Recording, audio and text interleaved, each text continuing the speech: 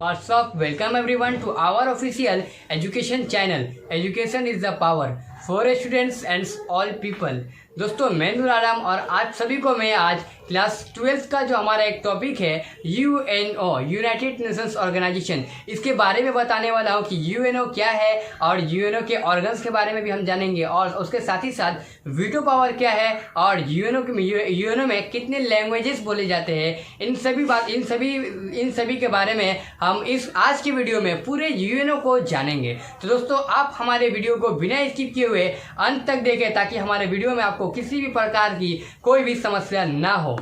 आज हम ये समझने वाले हैं कि हमारा जो आज का टॉपिक है समझने का यूएनओ, कि आखिर ये यूएनओ क्या है और ये यूएनओ नेशनल लेवल पर कार्य कैसे करती है और यूएनओ सभी देशों को लेकर दुनिया भर के सभी देशों को एक साथ लेकर कैसे चलती है। और दोस्तों यूएनओ के ऑर्गन्स के बारे में भी जानेंगे और उसके साथ ही साथ यूएनओ में कितने लैंग्वेजेस बोले जाते हैं, यूएनओ के लैंग्वेजेस के भी हम लोग जानेंगे। तो दोस्तों सबसे पहले चलिए हम यूएनओ को समझने से पहले लीग ऑफ नेशंस के बारे में समझ लेते हैं, उसके बाद यूएनओ को समझने में हमें आसानी होगी। तो दोस्तों सबसे पहले देखिए जो लीग ऑफ नेशन, यूएनओ से पहले भी एक संस्था थी जिसका नाम था लीग ऑफ नेशन यानी कि संयुक्त राष्ट्र संघ। अब इस लीग ऑफ नेशन की स्थापना किस कारण हुई थी, अब सबसे पहले ये समझिए।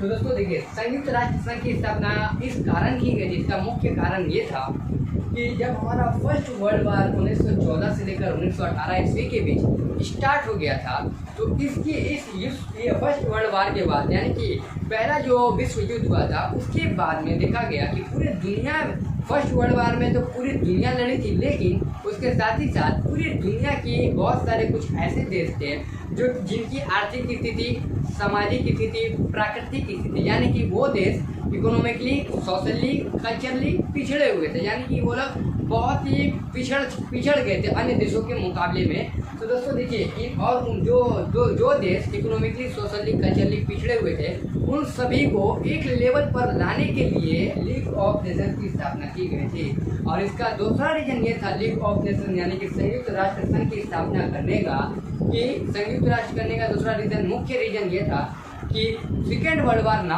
होने पाए, यानी कि इस लीग ऑफ नेशंस को बनाने का मुख्य उद्देश्य क्या था कि ये जो हमारा लीग ऑफ नेशन है यानी कि जो ये हमारा संयुक्त राष्ट्र संघ है वो क्या करे, सेकेंड वर्ल्ड वार को ना होने दे। तो दोस्तों देखिए जब सबसे पहले लीग ऑफ नेशंस हुआ, अब किस लीग ऑफ नेशंस की स्थापना किया गया था। देखिए दोस्तों जैसे कि हमारे इलाके में, हमारे एरिया में बहुत सारे कमेटी बनाई जाती है, कुछ क्लब बनाए जाते हैं, कुछ इदारे बनाए जाते हैं। तो वो किस लिए बनाए जाते हैं, क्योंकि हमारे एरिया में चाहे हमारे इलाके में अगर कोई भी इशू हो या कोई भी मैटर हो, कोई भी छोटा मोटा झगड़ा हो, तो उसको सुलझाने के लिए कमेटी के लोग सुलझाएंगे या जो ऑर्गेनाइजेशन के लोग हैं वो लोग सुलझा देंगे। तो ठीक उसी तरह से लीग और पूरे विश्व के बीच जो झगड़े होते हैं उनको सुलझाने के लिए लीग ऑफ नेशंस की स्थापना की गई थी। दोस्तों अब इसका हम ये समझते हैं कि लीग ऑफ नेशंस की स्थापना किसके द्वारा की गई थी और कब की गई थी। दोस्तों देखिए लीग ऑफ नेशंस की स्थापना जब फर्स्ट वर्ल्ड वार हुआ था 1914 से लेकर 1918 के बीच तक जब फर्स्ट वर्ल्ड वार चला था, तो उस समय अमेरिका के जो प्रेसिडेंट हुआ करते थे वो हुआ करते थे वुडरो विल्सन, और उन्होंने 10 जनवरी 1919 में लीग ऑफ नेशंस की स्थापना की थी यानी कि संयुक्त राष्ट्र संघ की स्थापना की थी। दोस्तों ये जो हमारा लीग ऑफ नेशंस है, संयुक्त राष्ट्र संघ, ये अपने कार्य में यानी कि ये अपने कार्य में सिर्फ और सिर्फ 20 साल ही सफल रह सका, यानी कि लीग ऑफ नेशंस सिर्फ और सिर्फ 20 साल तक ही अपना काम कर सका। उसके बाद लीग ऑफ नेशंस को खत्म कर दिया गया। अब हम ये देखते हैं कि लीग ऑफ नेशंस को खत्म क्यों कर दिया गया, इसका असफल होने का कारण क्या क्या था। तो दोस्तों सबसे पहले ये समझ लीजिए कि लीग ऑफ नेशंस यानी कि संयुक्त राष्ट्र संघ के असफल, इसके खत्म होने का कारण दो मूल्य कारण है। पहला कारण दोस्तों ये था कि जर्मनी ने जब पोलैंड के ऊपर आक्रमण किया तब भी जो ये हमारा लीग ऑफ नेशंस था वो चुपचाप देखता रहा। और इसका दूसरा कारण ये कि जब जर्मनी ने फ्रांस के एरिया पर कब्जा करते गया धीरे धीरे, तब भी ये जो हमारा लीग ऑफ नेशंस था चुपचाप देखता गया, ये कोई एक्शन नहीं लेता था लीग ऑफ नेशंस। तो दोस्तों इसी तरह अल्टीमेट चलते पूरे विश्व में, पूरे दुनिया भर में एक युद्ध का माहौल फैल गया और उसके बाद अल्टीमेट इसी तरह चलते उसके 20 साल बाद में ठीक सेकेंड वर्ल्ड वार स्टार्ट हो गया, दूसरा विश्व युद्ध स्टार्ट हो गया। तो दूसरा विश्व युद्ध 1939 से शुरू हुआ और 1945 ईस्वी के बीच तक चला था। तो दोस्तों यहाँ पर पहले ही मैंने ये बता दिया है कि लीग ऑफ नेशंस को बनाने का मेन जो रीजन था, जो मुख्य उद्देश्य था, वो क्या था बुटोलिशन का, तो वो क्या था कि ये जो हमारा लीग ऑफ नेशंस है यानी कि जो संयुक्त राष्ट्र संघ है वो क्या सेकेंड वर्ल्ड वॉर को यानी कि ना होने दे, द्वितीय विश्व युद्ध को ना होने दे। लेकिन दोस्तों ऐसा नहीं हुआ। लीग ऑफ नेशंस के ठीक 20 साल में काम किया लीग ऑफ नेशन। उसके बाद ठीक लीग ऑफ नेशंस के 20 साल बाद ये जो second world war ultimate start हो गया 1939 से 1945 के बीच, और ये जो हमारा लीग ऑफ नेशन है खत्म हो गया क्योंकि ये अपने कार्य में असफल हो गया दोस्तों। क्योंकि देखिए हमें अगर कोई कार्य दिया जाएगा, हम उस कार्य में असफल हो जाते हैं तो हमें उस चीज से पद से हटा दिया जाता है। ठीक उसी तरह से लीग ऑफ नेशंस को क्या कार्य दिया गया था कि ये सेकेंड वर्ल्ड वॉर को ना होने दे, लेकिन ये असफल हो गया अपने कार्य में और सेकेंड वर्ल्ड वॉर 1939 से 1945 के बीच स्टार्ट हो गया।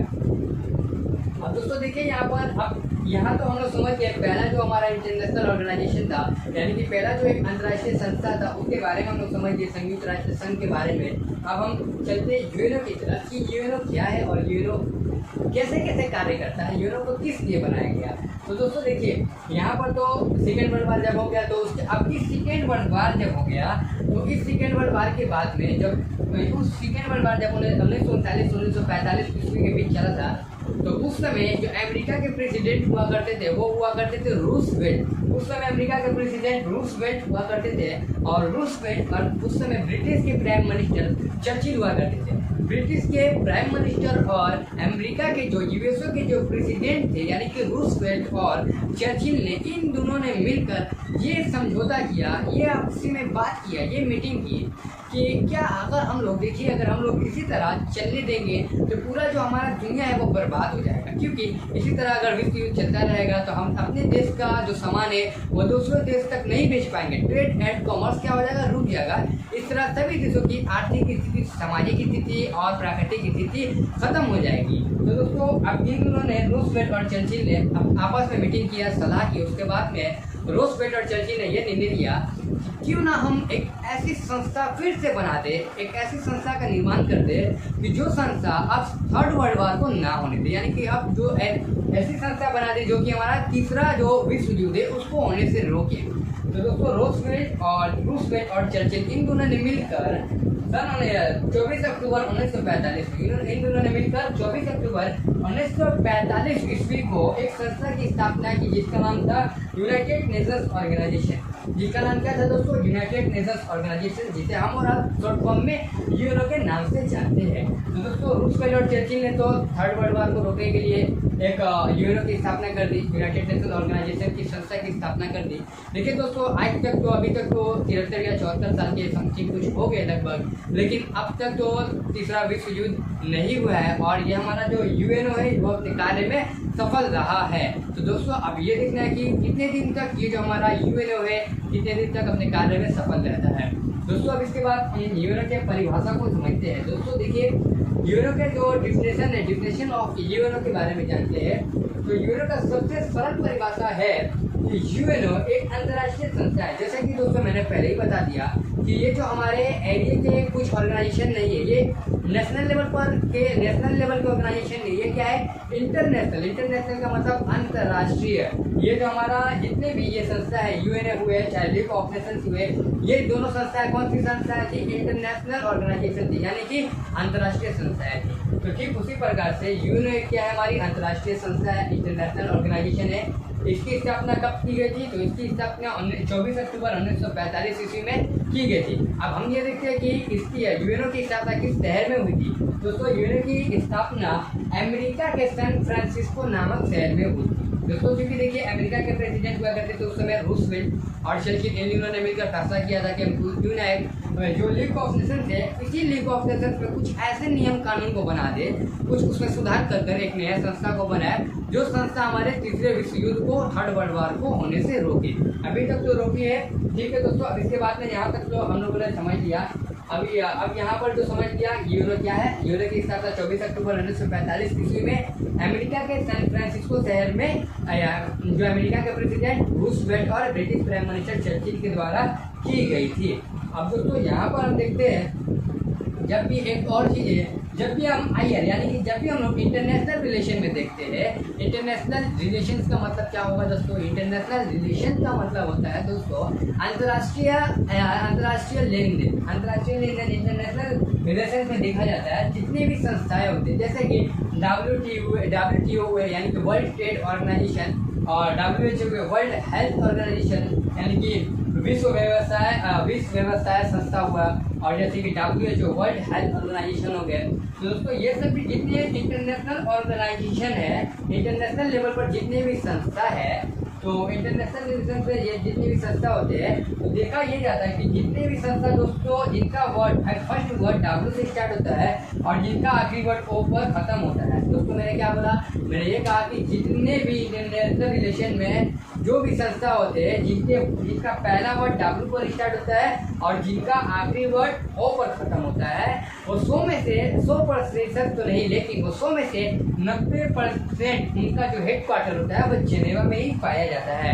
दोस्तों जेनेवा जो है कि एक स्विट्जरलैंड का शहर है, बहुत ही मशहूर शहर है जेनेवा, और इसमें बहुत सारे हेडक्वार्टर पाए जाते हैं। सिर्फ और सिर्फ WTO WHO के नहीं, और बहुत सारे ऑर्गेनाइजेशन के हेडक्वार्टर जेनेवा में पाए जाते हैं। और ये जो हमारा लीग ऑफ नेशंस है यानी कि संयुक्त राष्ट्र संघ है, इसकी स्थापना 10 जनवरी 1919 को हुई थी, और लीग ऑफ नेशंस का भी जो हेडक्वार्टर है वह जेनेवा में ही पाया जाता है। दोस्तों आधा और इसमें पूरा पता चल गया। अब हम इसके आगे में देखेंगे कि हमारा यूएनओ के अंग के बारे में देखेंगे और यूएनओ के लैंग्वेजेस के बारे में पढ़ेंगे। यहाँ पर इसके आगे में हम इसके बाद में देखेंगे कि ओरिजिन ऑफ यूएनओ। ओरिजिन का मतलब क्या होता है दोस्तों? तो ओरिजिन का मतलब होता है उत्पत्ति। इसकी उत्पत्ति कैसे हुई, तो यूएनओ की उत्पत्ति के बारे में अब हम समझेंगे। तो देखिए दोस्तों, सबसे पहले जो ओरिजिन ऑफ यूएनओ है, इसका सबसे पहला जो स्टेप था यानी कि यूएनओ को बनाने का, यानी कि यूएनओ की उत्पत्ति का जो सबसे पहला उद्देश्य था वो क्या था, ये देखिए।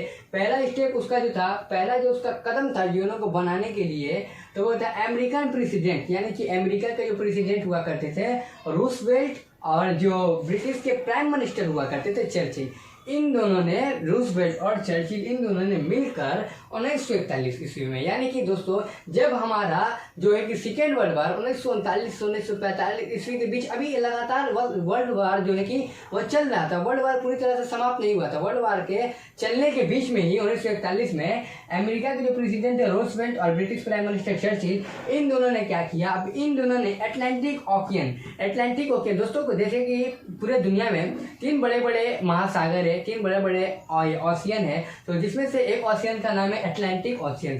तो दोस्तों रूजवेल्ट और चर्चिल इन दोनों ने 1941 ईस्वी में वर्ल्ड वार के चलने के बीच में ही इन दोनों ने क्या किया था, तो अटलांटिक ओशियन, अटलांटिक महासागर में एक जहाज के ऊपर, अटलांटिक ओशियन में एक अटलांटिक ओशियन यानी कि जो कि अटलांटिक जो महासागर है, उस महासागर में एक जहाज के ऊपर बैठकर आपस में ये चर्चा कर रहे थे, ये मीटिंग कर रहे थे, ये बातें कर रहे थे कि इन दोनों रूजवेल्ट और चर्चिल, ये दोनों जब अटलांटिक ओशियन में जहाज पर बैठकर मीटिंग कर रहे थे, बातें कर रहे थे यूएनओ को बनाने के लिए, तब उस मीटिंग का नाम दे दिया गया था अटलांटिक चार्टर। उस मीटिंग का नाम क्या दे दिया गया था दोस्तों? तो उस मीटिंग का नाम दे दिया गया था अटलांटिक चार्टर। अब दोस्तों देखिए ओरिजिन ऑफ यूएनओ का जो दूसरा पॉइंट है, देखिए दोस्तों 1 जनवरी यानी कि 1 जनवरी 1942, ठीक उसके 1 साल बाद में देखा गया कि अटलांटिक सिंह यानी कि जो अटलांटिक कैरेक्टर था, रूजवेल्ट और चर्चिल के द्वारा जो अटलांटिक ओशियन में जो मीटिंग हुई थी उसका क्या नाम दिया गया था, तो अटलांटिक चार्टर नाम दे दिया गया था।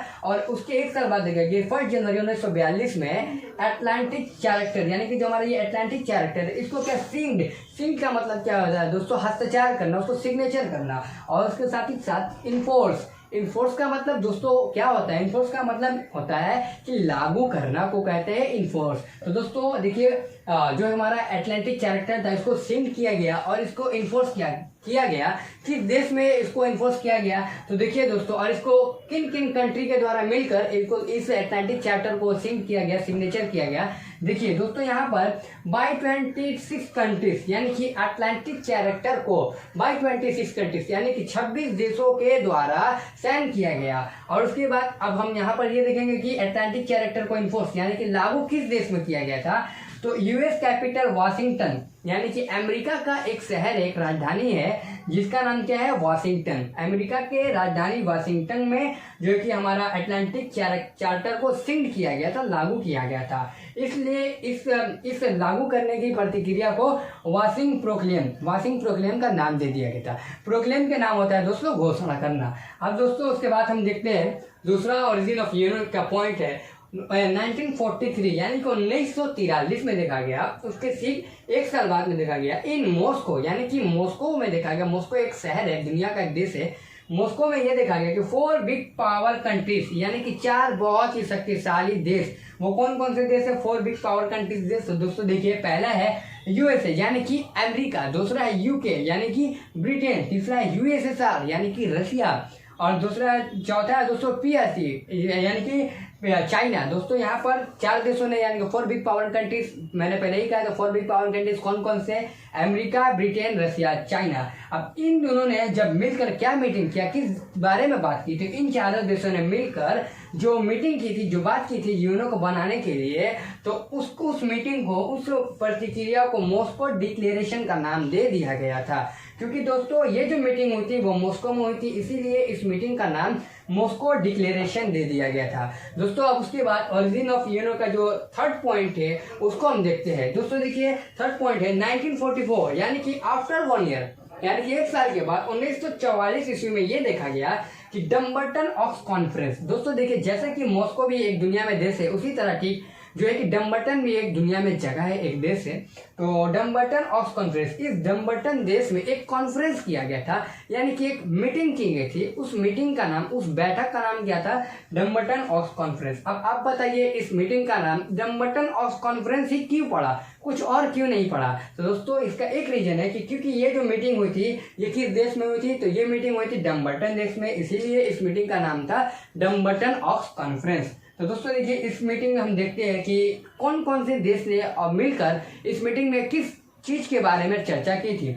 तो दोस्तों देखिए, जो 1944 ईस्वी में डम्बर्टन ऑक्स कॉन्फ्रेंस हुआ था, उस कॉन्फ्रेंस में 3 देशों ने मिलकर यानी कि 3 देशों ने मिलकर, कौन कौन से देश थे वो 3, यूएसए यानी कि अमेरिका, यूएसएसआर रशिया और यूके ब्रिटेन।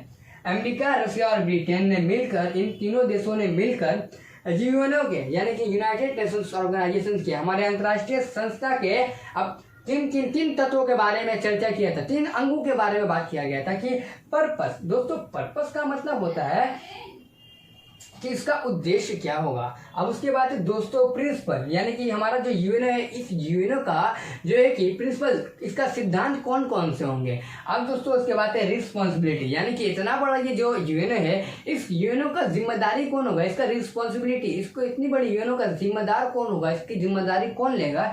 तो दोस्तों एज अ होल जो है कि ओरिजिन ऑफ यूएनओ के तीसरे पॉइंट में क्या कहा गया कि 1944 ईस्वी में जो डम्बर्टन ऑक्स कॉन्फ्रेंस हुआ था, उस कॉन्फ्रेंस में 3 देशों ने मिलकर, अमेरिका, रशिया, ब्रिटेन ने मिलकर यूएनओ के 3 तत्वों के बारे में बात किया था कि यूएनओ के यानी कि अंतर्राष्ट्रीय संस्था के जो कि उद्देश्य क्या होगा, इसके सिद्धांत कौन कौन से होंगे और इसके जिम्मेदार कौन होंगे। अब दोस्तों यहाँ पर हम समझते हैं यूएनओ के जो 4th नंबर हमारा जो यूएनओ का ओरिजिन है उसके बारे में देखते हैं कि US city San Francisco conference.